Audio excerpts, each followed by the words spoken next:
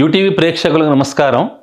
ఈరోజు తెలంగాణ రాష్ట్రంలో జరుగుతున్నటువంటి కొన్ని పనులను చూస్తూ ఉంటే సామాన్యుడికి కలిగే సందేహాలు అనేకంగా ఉన్నాయని చెప్పొచ్చు. అంటే ఒక ఛానల్ ప్రతినిధిగా నేను మాట్లాడుతున్నా, ఒక సామాజిక విశ్లేషకుడిగా నేను మాట్లాడుతున్నాను. ప్రభుత్వాన్ని గట్టిగా అడుగుతున్నాను, ఎందుకంటే అడిగే హక్కు నాలాంటి వాళ్ళకు ఉంది. కాబట్టి నేను ప్రభుత్వాన్ని అడుగుతున్నాను. తెలంగాణ ముఖ్యమంత్రి గారు రేవంత్ రెడ్డి గారు ముఖ్యమంత్రిగా పదవీ బాధ్యతలు స్వీకరించి దాదాపు 2 ఏళ్ళు కావస్తుంది. అయ్యా ముఖ్యమంత్రి గారు, 2 ఏళ్ల నుంచి మీ ప్రభుత్వము, మీ మంత్రివర్గం అంతా పరిపాలిస్తున్నారు కదా. మీరు రాగానే అసలు మీ యొక్క మొదటి అసెంబ్లీ సమావేశంలో ఏమని చెప్పారండి? గత ప్రభుత్వము 10 సంవత్సరాలు పాలించి కొన్ని వేల కోట్ల రూపాయల అప్పుల ఊబిలో తెలంగాణ రాష్ట్రాన్ని దించేసి, ముంచేసి వెళ్ళిపోయింది. అంటే అప్పుల తెలంగాణను, అంటే సౌభాగ్యవంతమైన తెలంగాణను, మిగులు బడ్జెట్లో ఉండే తెలంగాణను లో బడ్జెట్ తెలంగాణగా మార్చి మా చేతికి ఇచ్చింది. ఇప్పుడు మేమేం చేయాలి? మీరు రాగానే మీ భట్టి విక్రమార్క డిప్యూటీ మినిస్టర్ గారు, అలాగే సీఎం గారు, అలాగే మంత్రివర్గంలో ఉండే అందరూ కూడా ఎక్కడికి వెళ్ళినా ముందు ఈ ముచ్చట మొదలుపెట్టారు. సరే, అప్పుడు ప్రజలు ఏమనుకున్నారు? నిజమే కదా, మళ్ళీ గత ప్రభుత్వం చేసిన నిర్వాకాలకి అది అయిందేమో. ఇప్పుడు వచ్చిన కొత్త ప్రభుత్వం, నవయువకుడైనటువంటి వాడు రేవంత్ రెడ్డి గారు మళ్ళీ మా ముఖ్యమంత్రిగా వచ్చాడు.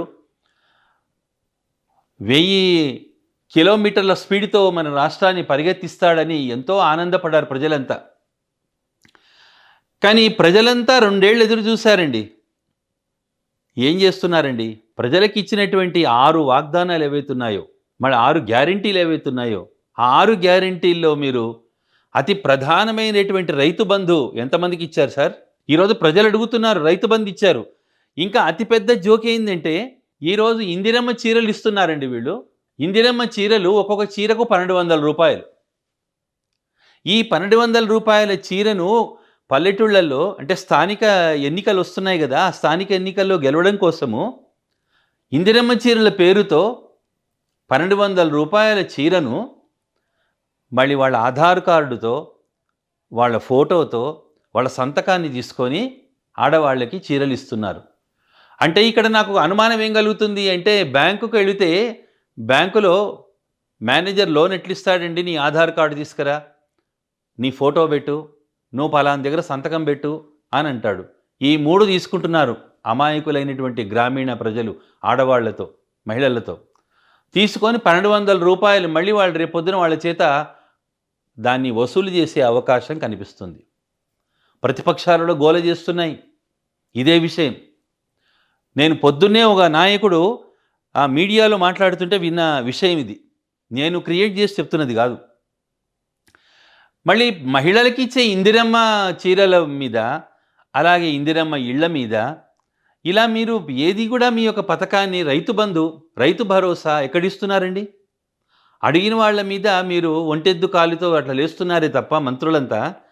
అసలు మీరు ఇచ్చిన 6 గ్యారంటీల పక్కన పెట్టేసి ఫ్యూచర్ సిటీ పేరు ఏదైనా, ఇప్పుడు ఏ రాయి అయితే ఏమండి తల బాదుకోవడానికి? గత ప్రభుత్వం ఏమో ఫార్మా సిటీ అని పెట్టిందండి. సుమారు 20,000 ఎకరాలు ల్యాండ్ అక్వైర్ చేసి ఫార్మా సిటీ కడుతున్నానన్నది కేసీఆర్ గారి గవర్నమెంట్. మళ్ళీ ఈరోజు వచ్చిన రేవంత్ రెడ్డి గారి గవర్నమెంట్ ఏమో దాన్ని ఫ్యూచర్ సిటీని చేసింది. స్థలం అదే, ఎందుకంటే రేవంత్ రెడ్డి గారి కొండారెడ్డిపల్లి కూడా అదే రూట్లో ఉంది కాబట్టి, మళ్ళీ ఆయన గారి భూములు, ఆయన బంధువుల భూములన్నింటినీ కూడా రేటు పెంచుకోవడం కోసం శ్రీశైలం హైవేని కేంద్రీకృతం చేసుకొని ఆడ ఫ్యూచర్ సిటీ అని కడుతున్నారు. ఎంత కట్టారండి రేవంత్ రెడ్డి గారు? అడుగుతున్నాను నేను. మీరు ఎన్ని ఎకరాలు, ఎంత ఫ్యూచర్ సిటీలో మీరు ఎంత భాగం కట్టారు? మొదట రావడమేమో మీరు అప్పుల రాష్ట్రం అంటున్నారు, ఫ్యూచర్ సిటీ కన్స్ట్రక్షన్ అంటున్నారు. మళ్ళీ ఇప్పుడు కొత్తగా రైజింగ్ తెలంగాణ గ్లోబల్ సమ్మిట్ అనే పేరుతో ఈ రోజు నుంచే ప్రారంభిస్తున్నారు. ఈరోజు అంటే డిసెంబర్ 8వ తేదీ ప్రారంభిస్తున్నారు. మళ్ళీ గ్లోబల్ సమ్మిట్కి ఈ హంగామా, హైరానా, ఈ హడావుడి అంతా చూస్తుంటే మళ్ళీ ఇన్నింటికి మీ దగ్గర డబ్బులు ఎక్కడున్నాయి? ఆ మధ్యనేమో అందాల పోటీలు పెట్టారు. వందల కోట్ల రూపాయలు అందాల పోటీల పేరు మీద ఖర్చు పెట్టారు. అది నిష్ప్రయోజనం అయిపోయింది. అందాల పోటీలు పెట్టినందువల్ల మీకు గానీ, తెలంగాణ ప్రజలకు గానీ ఏమీ ఒరిగింది లేదు. ఆ అందాల పోటీల వల్ల మన వ్యాపారాలు జరిగింది లేదు. ఇక్కడ ఓ రియల్ ఎస్టేట్ కంపెనీ, ఓ రియల్ ఎస్టేట్ బిజినెస్ బాగా పెరిగింది లేదు. రియల్ ఎస్టేట్ నిద్రపోయింది మీ హయాంలో. షేర్ మార్కెటింగ్ నిద్రపోయింది.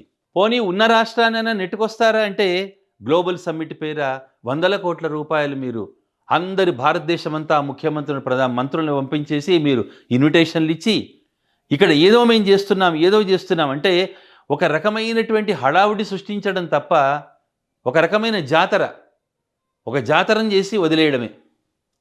దీనివల్ల కించిత్ ప్రయోజనము కనిపించట్లేదు రేవంత్ రెడ్డి గారు. ఆలోచించాలి.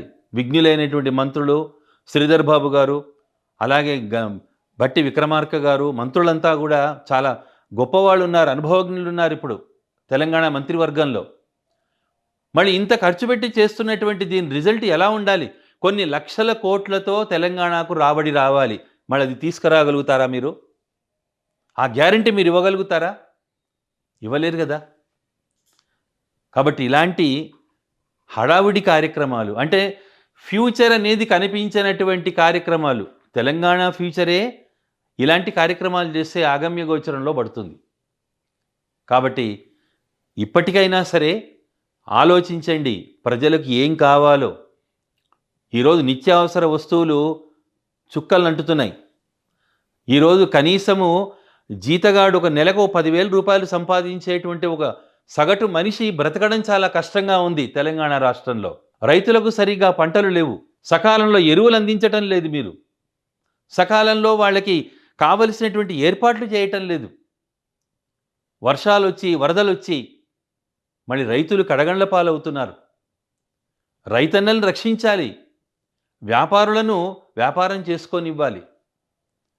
మరి ఇలాంటి ప్రశాంతమైన వాతావరణం క్రియేట్ చేస్తే మీరు పెడుతున్న గ్లోబల్ సమ్మిట్ విజయవంతం కావాలని మేము కోరుకుంటున్నాం ప్రజలందరం కూడా. కానీ ఇక్కడ వచ్చిన సమస్య ఏమిటంటే అప్పులు చేసి ఇంత హడావిడి చేయాల్సిన అవసరం ఏమున్నది? మన తెలంగాణ వనరులతో మన తెలంగాణలో వ్యాపారం, ముఖ్యంగా రియల్ ఎస్టేట్ లాంటివి, ఈరోజు తెలంగాణలో ఒక రియల్ ఎస్టేట్ వ్యాపారులను ఎవరిని కదిలించినా ఎంతో బాధలు పడుతున్నారు. మళ్ళీ అటువంటి రాష్ట్రం ఈరోజు పక్క రాష్ట్రం చూడండి, మన కళ్ళ ముందే పక్క రాష్ట్రము మళ్ళీ ఆంధ్రప్రదేశ్ ఏర్పడింది. ఆ రాష్ట్రంలో ఉండే ప్రభుత్వము అనేక కార్యక్రమాలు చేస్తూ ఉన్నది. అంటే మీరు చేయటం లేదని కాదు, వాళ్ళు కేంద్ర ప్రభుత్వముతో స్నేహపూర్వకమైన వాతావరణంతో, ఇచ్చిపుచ్చుకునే ధోరణితో, కేంద్ర ప్రభుత్వంతో స్నేహ మిత్ర బాంధవ్యంతో వాళ్ళు వాళ్ళ యొక్క చంద్రబాబు నాయుడు గారు మీ గురువు గారే కదా, వారి శిష్యరికమే కదా మీది. కాబట్టి మీ గురువు గారేమో అంత చక్కగా పరిపాలిస్తున్నారు రాష్ట్రాన్ని. మళ్ళీ రేవంత్ రెడ్డి గారు మీరు కూడా మంచి ఆలోచనతో తెలంగాణను అప్పులపాలు చేయకుండా, ఎందుకంటే అధికారం అనేది ఎవరికి శాశ్వతం కాదండి. మీరు ఇంకా ఏమని కోరుతున్నారు? ఢిల్లీలో ఈ మధ్య మీరు ప్రెస్ మీట్లో మాట్లాడుతూ ఏమన్నారు? తెలంగాణ ప్రజలు మాకు ఇంకా 10 సంవత్సరాల పాటు మా పార్టీకి అధికారం ఇస్తారు అంటున్నారు. 10 సంవత్సరాలు కాదండి, 20 సంవత్సరాలు ఇస్తారు మీకు అధికారం. కానీ ఇప్పుడున్నటువంటి తెలంగాణను అప్పుల ఊబిలోకి ఇంకా నెట్టకండి మీరు. వాళ్ళు పాతాళంలోకి నెట్టారని మీరంటుంటే ఇంకా అదో పాతాళానికి నెట్టేటువంటి కార్యక్రమాలు చేస్తున్నారు. ఇప్పటికైనా గమనించండి ముఖ్యమంత్రి రేవంత్ రెడ్డి గారు. ప్రజలంతా మీతో విజ్ఞప్తి చేస్తున్నది ఏమిటి అంటే, ఎందుకంటే ప్రజాప్రతినిధులుగా మరి మాలాంటి వాళ్ళు మీతో మాట్లాడాలనేటువంటి అవకాశం ఉంది కాబట్టి ప్రజల యొక్క బాధను మీకు వ్యక్తం చేస్తున్నాం. మీరు ప్రజా శ్రేయస్కరమైనటువంటి కార్యక్రమాలు చేయండి, ప్రజల్లో ఇంకా మంచి గుర్తింపు పొందండి, మంచి పరిపాలన ఇస్తారని ఆశిస్తున్నాను. జై హింద్.